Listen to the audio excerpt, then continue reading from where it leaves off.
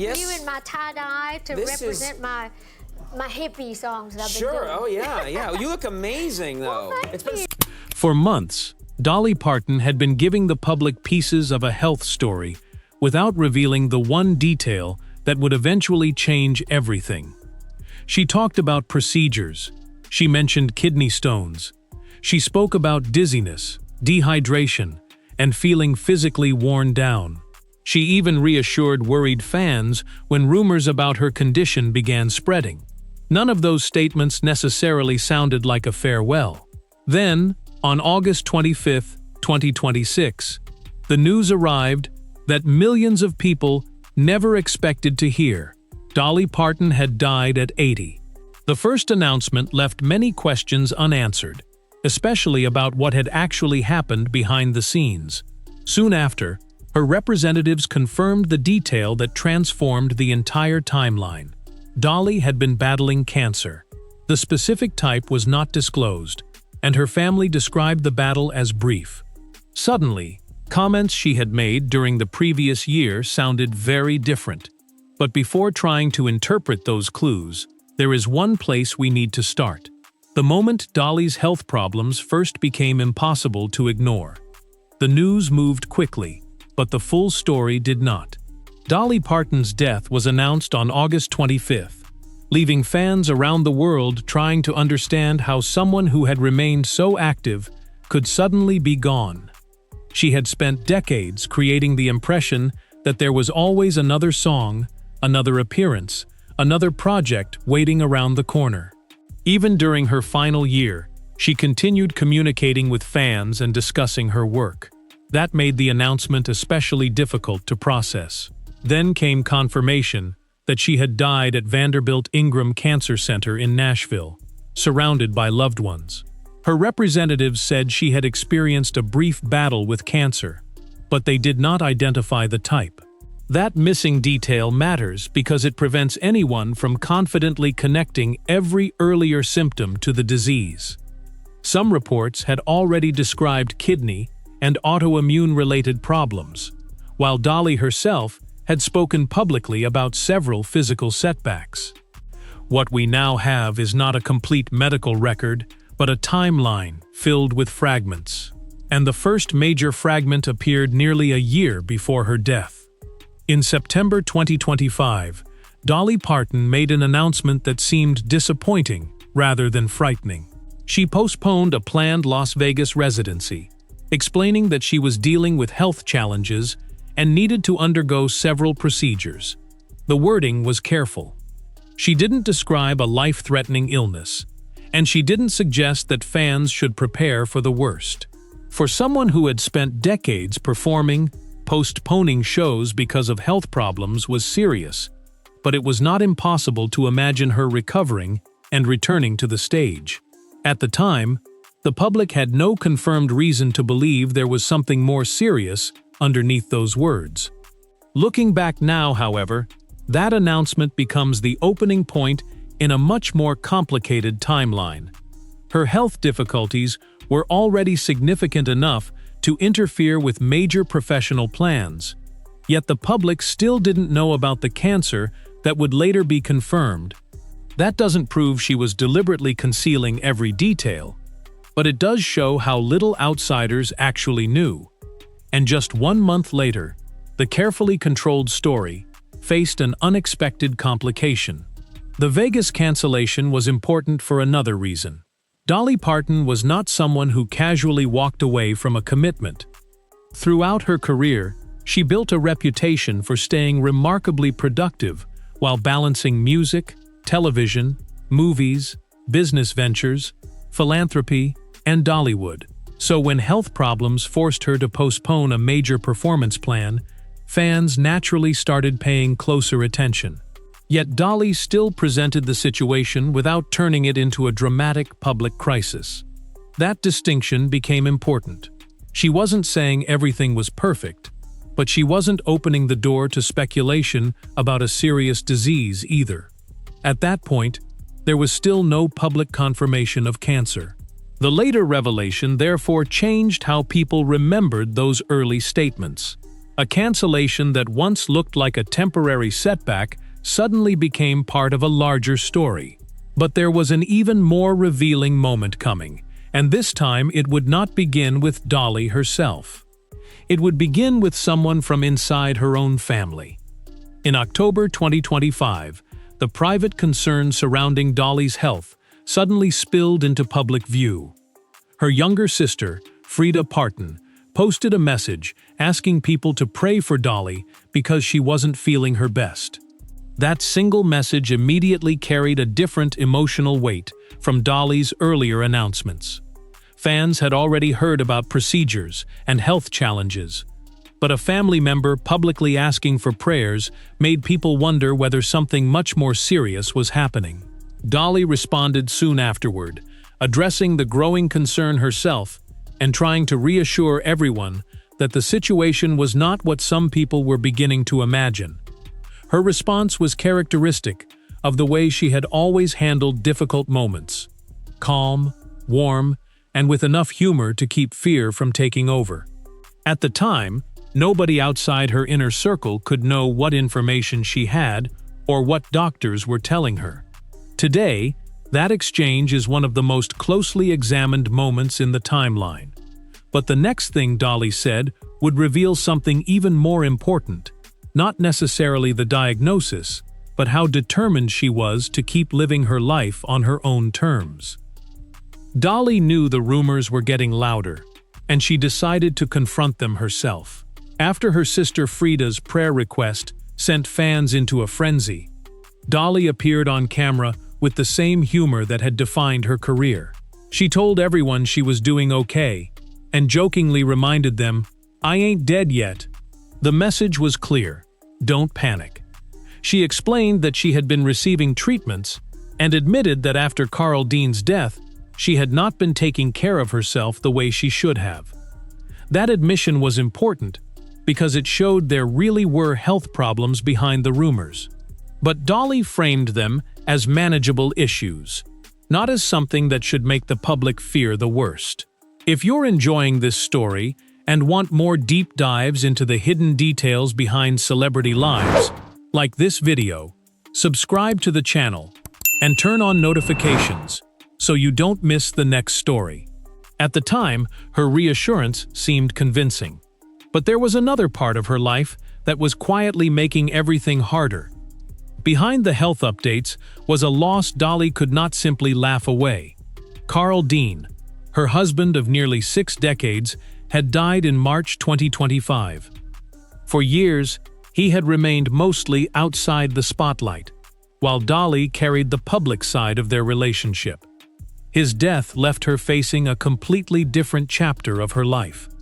When she later talked about feeling worn down, she connected much of that exhaustion to grieving for Carl. That doesn't prove grief caused her later medical problems, but it gives important context to why she repeatedly described herself as physically and emotionally depleted. Dolly had spent decades working at an extraordinary pace. Suddenly, the person who had shared her private life for so long was gone. And while millions of fans were watching her career from the outside, they could not see what was happening when the cameras were gone. She was trying to recover emotionally, while also dealing with genuine health problems. Then, months later, she would finally explain just how exhausted she had become. By March 2026, Dolly was ready to speak more openly about what the previous year had done to her. During the opening of Dollywood's 41st season, she made one of her first major public appearances in months. Instead of pretending nothing had happened, she acknowledged that she had been dealing with several health issues. She also described herself as worn down and worn out, linking that exhaustion to grieving Carl and dealing with other problems at the same time. Then she said something that sounded almost like a recovery plan. She needed to rebuild herself spiritually, emotionally, and physically. The important part was that she still sounded determined. Dolly wasn't presenting herself as someone giving up. She was presenting herself as someone trying to get stronger. She also made it clear that she was still working, including writing material connected to her Broadway plans. To fans, this looked like a comeback. But beneath that optimism, her health situation was still developing, and the next update would reveal more. For a moment, it looked as though Dolly had turned the corner. She was back at Dollywood, talking with fans, joking about her life, and discussing the projects she still wanted to finish. But her health problems had not simply disappeared. Reports later described continuing complications involving her immune and digestive systems, along with other medical difficulties. Dolly's own public statements remained focused on treatment and recovery, rather than a single diagnosis. That distinction matters because it is easy, after her death, to look backward and treat every symptom as evidence of the cancer that was eventually confirmed. The public record does not allow that conclusion. What we know is that Dolly was dealing with multiple health problems while still trying to maintain her career. She repeatedly emphasized that she was responding to treatment and improving. Her optimism made it easy for fans to believe the worst was behind her. Yet another cancellation would soon force her to explain why her recovery was taking longer than expected. And this time, the details would become even more specific. There was one phrase Dolly used during her March appearance that feels particularly powerful after everything that happened. She said she needed to build herself back up, spiritually, emotionally, and physically. At the time, it sounded like a woman recovering from grief and a series of ordinary health setbacks. And based on what was publicly known then, that interpretation was completely reasonable. But after her cancer diagnosis was revealed following her death, people naturally began replaying her old statements and searching for clues. The danger is assuming that hindsight automatically turns every comment into a hidden confession. It doesn't. Dolly may genuinely have been describing exactly what she was experiencing: grief, physical exhaustion, medical treatment, and the effort to recover. What makes the timeline compelling is not that she secretly told everyone the diagnosis, it's that she consistently revealed pieces of her struggle while keeping the larger picture private. And soon, the public would hear one of the clearest explanations yet about what her body had been going through. By May 2026, Dolly was no longer speaking only in general terms about feeling unwell. She gave fans a much clearer explanation for why she had been unable to return to the stage. She said she had been dealing with kidney stones, and that her immune and digestive systems had been out of whack for the previous couple of years. She also explained that doctors were working to rebuild and strengthen her health, and assured fans that the conditions she was dealing with were treatable.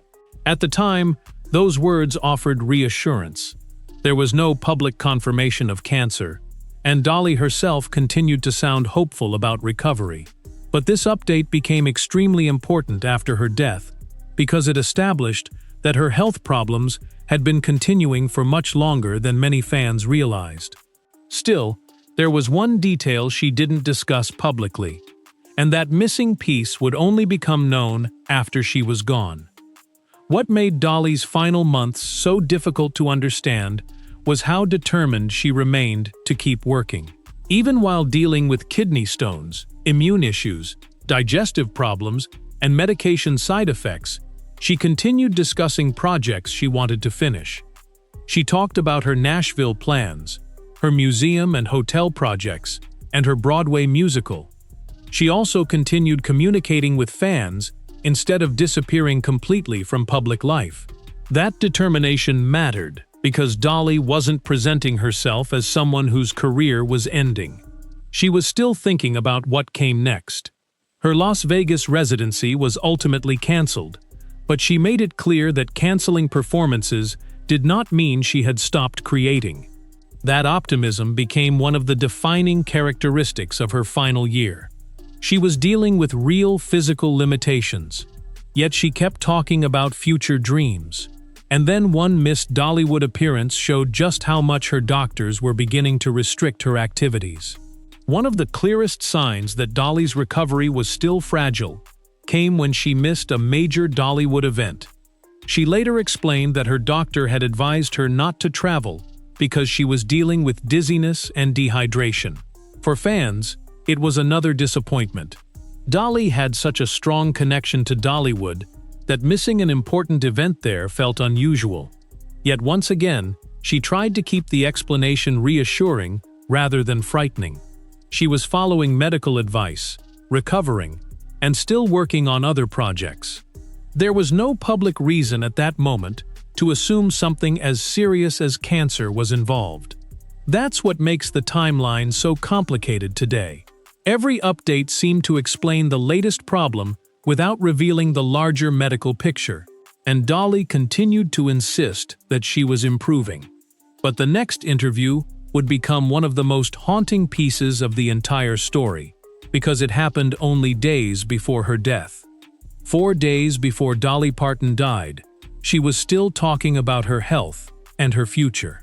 In an interview published shortly before her death, she acknowledged that she had been going through difficult times with her health, and admitted that she had previously neglected some of her own needs while caring for Carl Dean.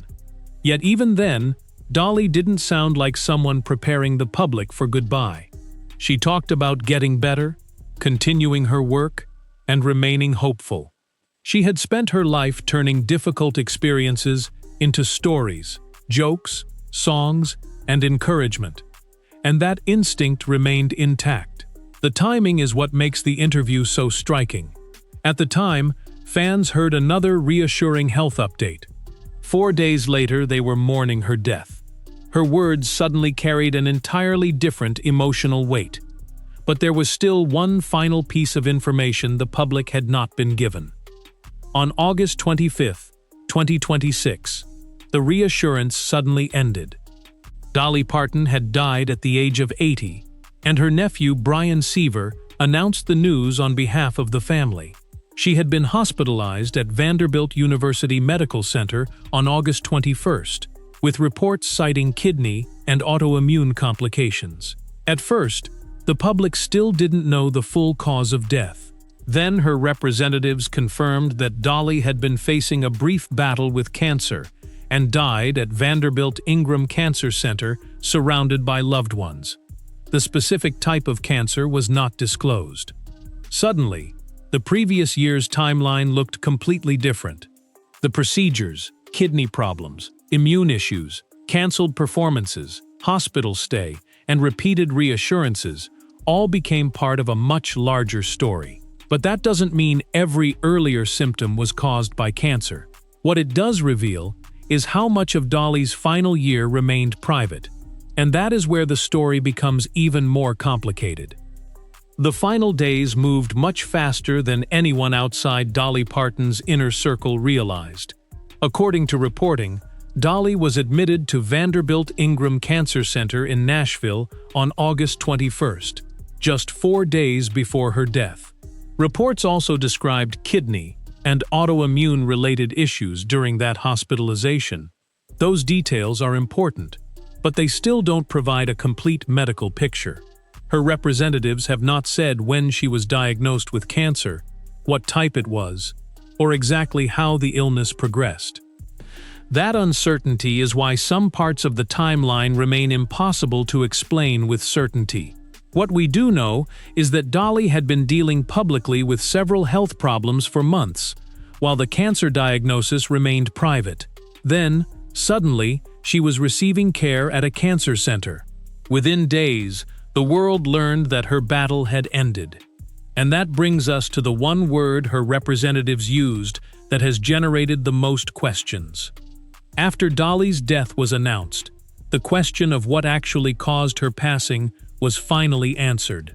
Her representatives confirmed that she had been facing a brief battle with cancer and died at Vanderbilt Ingram Cancer Center surrounded by loved ones.